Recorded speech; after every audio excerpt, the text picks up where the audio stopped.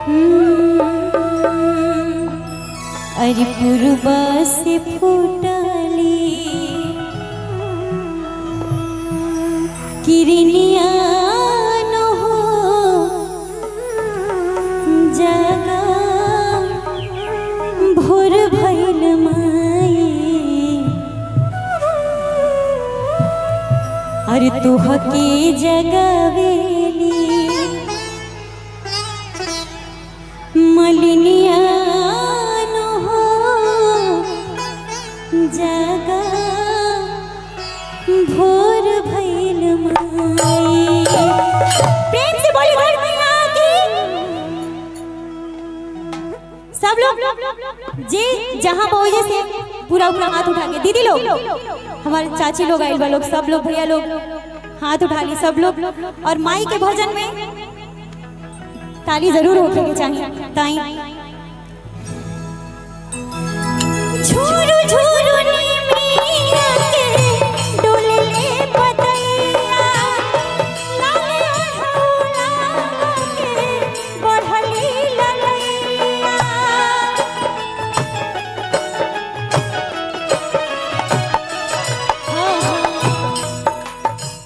झूरू झूरू नीमिया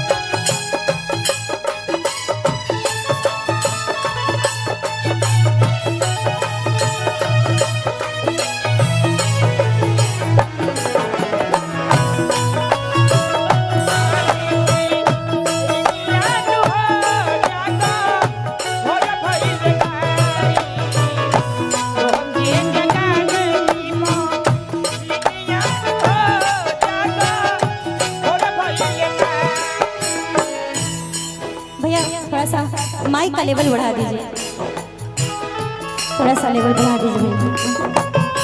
hello थोड़ा सा एक थोड़ा सा बढ़ा दीजिए। हेलो आइए। पूर्वा से फूटली किरनिया न हो जगा भोर भइल माई। तुहके जगावेली मलिनिया न हो जगा भोर भइल माई।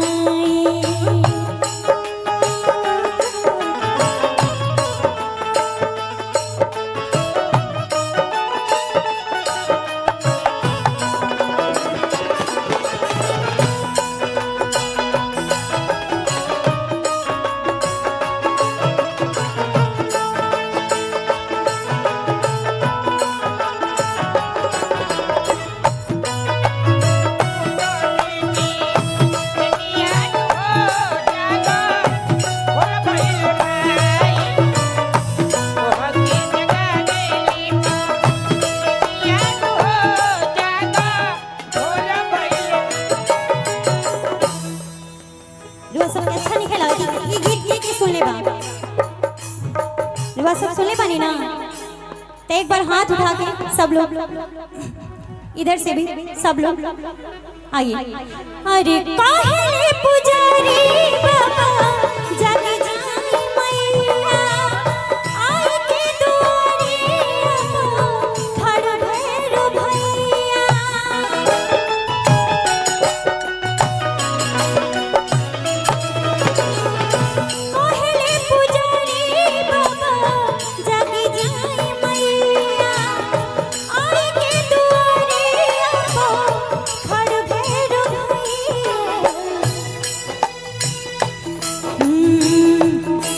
चाहे छुए के माई के आशीर्वाद हो जाता सबके जरूरत मानो माई के आशीर्वाद के सब चाहे छुए के चरनिया हो जाता भोर भइल माई पूर्वा से फूटली किरनिया हो जाता भोर भइल माई आ तोहके जगावेली मलिनिया हो जाता भोर भइल माई पूर्वा से फूटली किरनिया हो जाता भोर भइल माई अंगे से